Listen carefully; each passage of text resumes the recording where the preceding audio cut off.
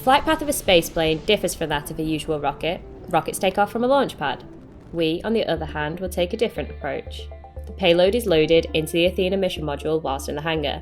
Once fueled, with checks completed, our spaceplane makes its way to a conventional runway. From here, the Athena will take off like an ordinary passenger aircraft, and using our adaptable Hera propulsion system, we'll be able to climb to an altitude of approximately 25 kilometers, with speeds approaching Mach 5. The Athena will then cruise until it is in an optimal position to engage the aerospikes, the rocket stage of our Hera engines. The power from the aerospikes will then further propel the Athena to an altitude of around 150 kilometers.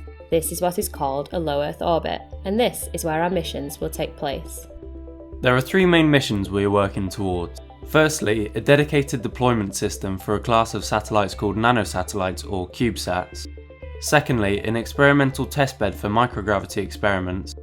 And thirdly, a cleanup and recycling module for the imminently approaching space debris problem.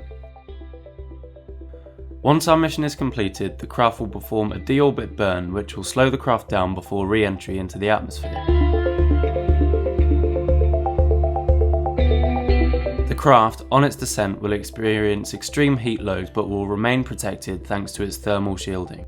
Once back at cruising altitude, the Athena will restart the Hera engines and fly back to the runway. After safely touching down, our spacecraft will taxi back to the hangar where maintenance and preparation for the next mission will begin.